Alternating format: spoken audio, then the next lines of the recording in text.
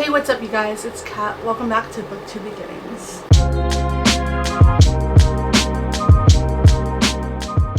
Hello my lovely friends. I have not uploaded in a long time. Yay!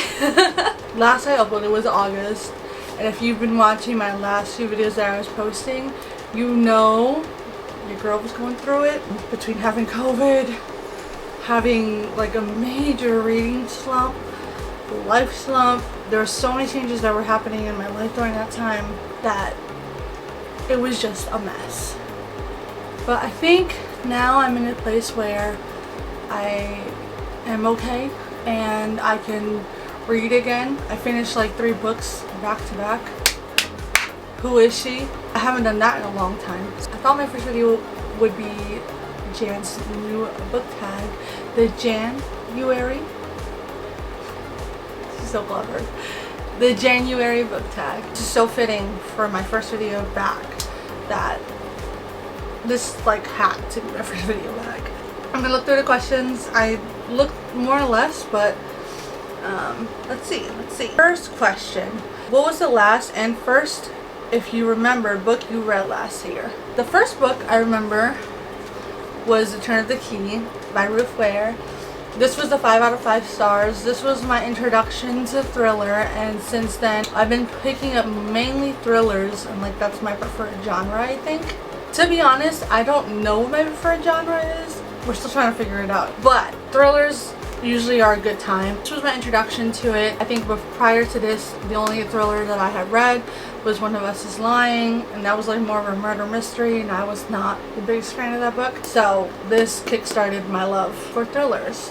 The last book that I read, I have to check. Sorry if I had the heater on, I didn't realize it was still on. But the last book that I read was my best friend's exorcism, and I read this in October, November-ish. I hadn't picked up anything since. So that gives you like a insight of my huge reading slump. This is actually not my copy. This is my lovely friend Camila's copy. I will return it to you, I promise. I might have to mail it because of all the COVID stuff, but this will get back to you. I gave this 4 stars. Pleasantly surprised. What is your first read this year? So my first read this year was You Reached Sam. You Hurt Me. Real bad. Real bad. And I knew what I was getting into. Like I knew. But that doesn't mean you could hurt me like that. I sobbed in this book, and I am known for not really crying that much in books. So when books make me cry, it's a big deal. So if you want to read this, I definitely recommend it. It's about a girl who is planning her whole future life out with her boyfriend, and like just planning going to college and moving out of state, and you know, just planning ahead, and unexpectedly her boyfriend passes. It's in the synopsis, and one day she's like, I really want to hear his voice, and gives him a call to hear his voicemail, and instead she hears him say hello. He picks up. Do with that information what you will. Good book though, really good. The third question is, share 3 of your reading goals this year. 3 of my reading goals this year is, well, one is to actually read. My Goodreads goal was just set to 1 book because I'm not trying to put too much pressure on myself, and I think I did that last year, but that will tie into a different question, so we'll get there later. My second goal is to read more books that are not as hyped on BookTube or Bookstagram that I may have not heard of. There's a book called Heard It in a Love Song. I'll put the cover here. I haven't heard anyone talk about this book. I saw it at Target. I did not buy it because my mind is like, if I haven't heard it, it's not good. And I bought like a couple other books, but it was in my head, like I kept on thinking about it, so I had to go back to Target and buy it. So that's a book that like I really want to pick up that I haven't heard anyone talk about. So that's one of my goals, is to read books that sound interesting to me, even though I may have not heard anyone talk about it, you know? And then my third goal is to read at least 1 book a month. That's it. I'm just not even putting too much pressure on myself. Just reading 1 book a month and I'll be happy. That's all I ask. So if I read 12 books this year, I'm content with that. Share 3 of your most anticipated titles. So when I had that huge reading slump, I was not watching BookTube. That's where usually I find out all of the future books coming out. I know nothing, so I wish I could answer this question, but I'll just give you like a brief. Anything I know, I heard Tiffany D. Jackson's coming out with a book that I did hear, so that book. Any like mystery thriller, I'm into this, and maybe some fantasy. I was talking to my friends. I said, oh, I'm not a fantasy reader, but your girl has a whole lot of fantasy, and so I want to start picking it up more. That's kind of my answer. I gave you more genres than the specific titles because I don't know any. Which goals did you reach / not reach last year? Well, I'll tell you a goal I did not reach. My goal for Goodreads was 50 books. I hit 36 books. So, like, my goals for the year is that I've did at least 5 buzzword picks for the month. Are there new releases this year that you've heard of that you have no desire to read? Again, I cannot answer this question. I'm sorry. Oh my god, I'm so sorry. I have no idea what's out. I have no idea. What are some reading habits you want to change this year, if any? I really want to start reading more books like at once, because I have such a habit of reading one book only and spending all my time on that one book. I think that's why my reading count was so low. I mean, give myself leeway. If I don't like a book, DNF it and not feel bad about it.